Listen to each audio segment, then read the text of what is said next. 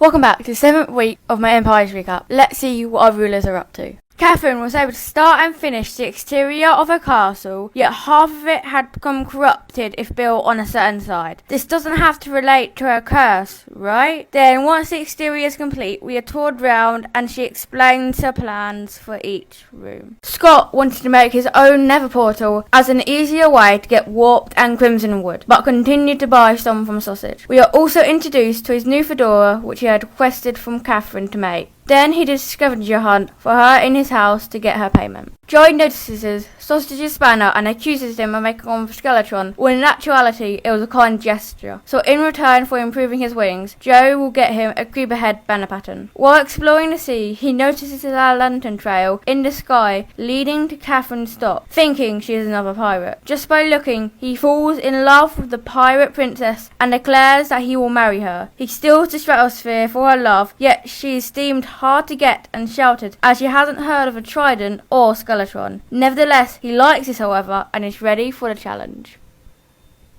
Meanwhile, Sausage feels spoiled by the gift Joel has given him, using the netherite on a pickaxe and a hoe, while then returning Hermes back to him with a horn he can enjoy endless days blowing. Shovel once again returns, but this time with a creeper head to make into a pattern, where her empire banner is officially made, and in return he will get so much mud. Once everyone from his home comes to Sanctuary, they will need to be fed, so Sausage builds a windmill surrounded by layers of wheat field so nobody goes hungry. Shovel wanting a creeper head goes to Joey but finds the 30 diamond price tag be too expensive for her, so once he is gone, steals his trident, gets the head, enchants it, then brings it back as if nothing ever happened. After getting her banner, a sign is placed in front of the tree again, saying, "They are coming for you." Yet she isn't still too fast, as the academy would leave a book, not ominous signs. Maybe the ones shooting her are the ones placing the signs, yet they are nowhere to be found. Neither are the source of the voices from the frog, but shriekers are found under her tree, which may be useful in catching the one placing the signs. While getting a broom and flying over the mangrove, the frog seems to be growing, but that's a problem for future Shovel. Lisa decides that everyone in the village will be a butcher, so to get a population growing, she forces 2 villagers to breed and then steals the child. This child will become a chicken butcher, running the chicken slayer 5000 to get its chicken. Next is a sweet berry bush shop, as butchers can trade for that. For them to be acquired, a sweet berry bush farm is below the shop. However, the village can seem dull, so she decorates the village with decorative banners, plants, and an amethyst cluster for villagers to gather around at night, even if it bankrupts her. Joel, knowing that Joey stole the stratosphere, is outraged, so he takes her pickles up for ransom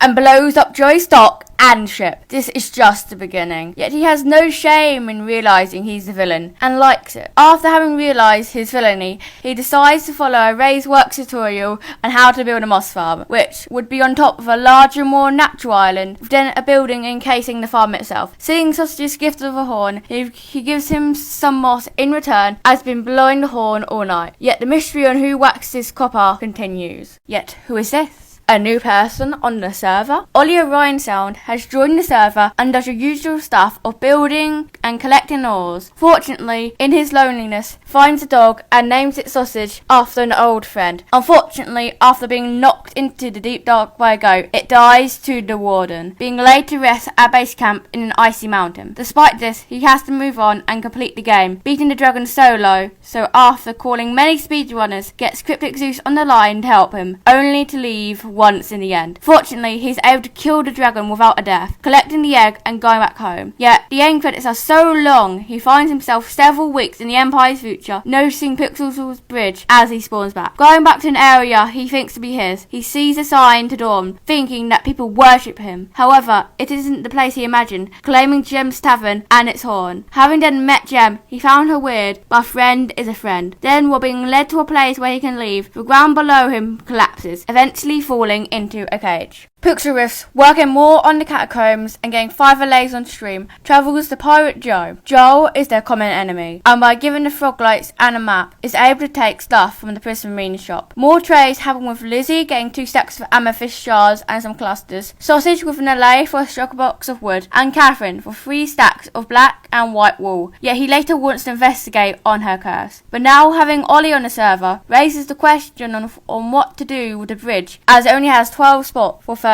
people. Jem, after hearing music in the tavern, notices Bard Ollie, who thinks that the place is his, is showing the dragon egg, which had supposedly been missing in the end adventure at the start of the series. After seeing nothing, she begins the foundations of her greenhouse. But this won't be a standard greenhouse, it'll be sharper and tall. To decorate the greenhouse, she is given leaves, berries, bamboo, drip leaf, glowberries and spore blossoms from sausage, which she gives honeycomb and food in return. Then the final centerpiece of the greenhouse would be a tree in the center, where the bee hives are then placed upon it. Whip, finishing the tunnel to Gems, listens in to a conversation with Ollie. Hearing that he had stolen, builds a hole that will trap him in his cage, and wonders what the sheriff will think of this. Similar to Gem, Whip also builds a tavern, yet inside out, building the interior before the exterior, shown off with shaders. Around it would be goblin houses to utilise the space, and then a glowing sign like the pork and stone one saying drip. Nearby, a home away from home is built for the chef when he is in the Northern Empires, which is then shown off to him and the caged Ollie. Wanting to connect more people, Whip's next target is Animalia, building it right under her nose. In turn, with a basement to make it seem as if she built it with a trapdoor hidden from him to enter and exit. But what to do with the man in the cage is undecided. The sheriff is once again pranked with a door noisemaker, then by his deputy with the LA achievement, "You've got a friend in me," only forgiven by giving the LA, which Whip was going to do anyway. Having this being his breaking point, he builds a jail run by Norman with an anvil to report a file for who has been arrested and what for. His first inmate is Joel, who continues to mock him as it isn't illegal to disrespect someone, yet puts his stuff away and goes in the cell willingly. Even if the walls are obsidian, the door isn't, which Joel uses to his advantage and escapes, plus killing the sheriff, then finally mocked once more as Joel steals his hat. Joey, seeing that his bow and dock being blown up with his trident being gone, is speculative on who did this. When he finds out that it was Joel, he deems it as an act of treason and an act of war. To retaliate, he saves Sir Piggles and instead of placing the stratosphere back, puts a mini head-sized one in its place instead. Now knowing he can be attacked, fortifies his empire just in case of a threat, becomes the Dark Sea God, and in this new dark leverage area, builds a Carfoon and several cannons to shoot enemies that come his way. What he thought to be destroyed, Shovel gives back his trident, admitting to stealing and it now being enchanted. Yet instead of being angry at her, this act gains respect for her as she stole from a pirate. Plus, now having his trident being named God of the Sea, Joel isn't the only god on this server anymore. Thank you for watching my 7th week of my Empires Season 2 recap. Make sure to like and subscribe with the bell so you are notified of my next recap, potentially even leaving a comment as well. Goodbye.